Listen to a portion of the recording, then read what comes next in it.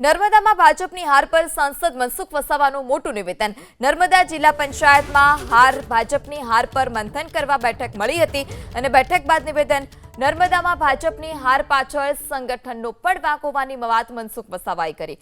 મનસુખ વસાવાએ વધુમાં કહ્યું કે નર્મદાના ભાજપમાં વહીવટ કરતા લોકોનો વાંક પણ સામે આવ્યો છે। કેટલાક લોકોએ અપ્રચાર કર્યો જેને કારણે અમે કાઉન્ટર ન કરી શક્યા। બેઠકમાં નર્મદા જિલ્લા ભાજપ પ્રમુખની ગેરહાજરી જોવા મળી।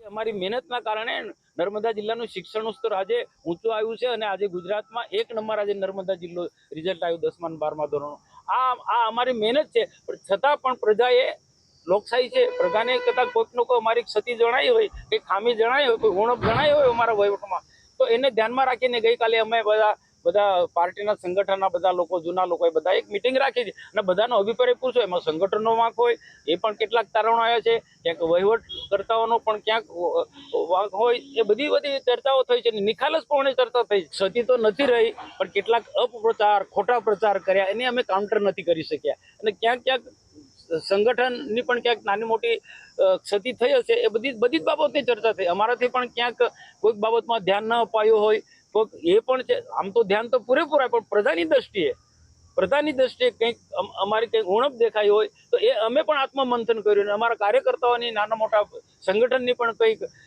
નાની મોટી ક્ષતિ રહી છે, એ બધી જ બાબતોની ચર્ચા થઈ છે। એમ રાજપીપળા શહેરમાં જે 8000 મતની જે વાત કરેલી છે, એ 8000 મત જે લઈ ગયા છે એ આપના લોકોને જે ઉમેદવારો હતા એમને મળ્યા છે, તો ક્યાંક ને ક્યાંક અમારી કોઈક નાની મોટી કંઈક ખામી રહી હશે કે એમણે ઉમેદવારોને કેમ પસંદ ના કર્યા। સરકારની અનેક વિકાસના કામો છે અને સરકારના અનેક જે વિકાસના કામોની સાથે સાથે જ્યારે સરકારી યોજનાઓ પણ આટલી બધી ખૂબ જ સારી રીતે દરેક લોકોને મળી રહી હોય, ત્યારે જે નાના મોટા જે પ્રશ્નો ઉપસ્થિત થાય છે એ પ્રશ્નોને અમે સોલ્વ કરવાના પ્રયત્ન કરીશું અને આવનારા દિવસોમાં અમે વધુ મજબૂતાઈથી ભારતીય જનતા પાર્ટીના કમળને વધુ મજબૂતાઈથી લોકોની સમક્ષ લઈ જઈશું અને સરકારી યોજનાઓનો લાભ લોકોને મળી રહે એ માટેના અમારા પૂરેપૂરા પ્રયત્ન